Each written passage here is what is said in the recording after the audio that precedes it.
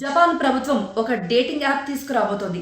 గత 8 ఏళ్లుగా జపాన్‌లో జనన రేటు పూర్తిగా పడిపోతూ ఉంది.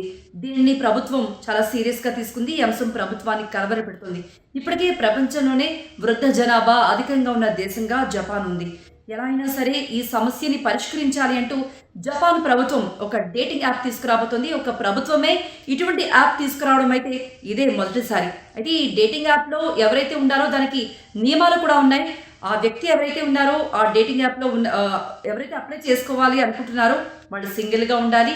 వివాహం చేసుకోవడానికి సుముఖంగా ఉండాలి. అలాగే వార్షిక వేతనం ఎంత ఉందో, అలాగే ఆ ట్యాక్స్ ఎంత కడుతున్నారో అది సమర్పించాలి. అలాగే ఒక ఇంటర్వ్యూ కూడా ఇవ్వాల్సి ఉంటుందట. తన ఐడెంటిటీని వెరిఫై చేసుకునే ఒక ఇంటర్వ్యూ కూడా ఇవ్వాల్సి వస్తుందట. సో ఇందులో యువతి యువకులు ఈ డేటింగ్ యాప్‌లో రావాలి, నమోదు చేసుకోవాలి. అలాగే కుటుంబ వ్యవస్థ మీద, వివాహం మీద నమ్మకం కలిగించేలా జపాన్ ప్రభుత్వం అయితే చర్యలకు ఉపక్రమించింది.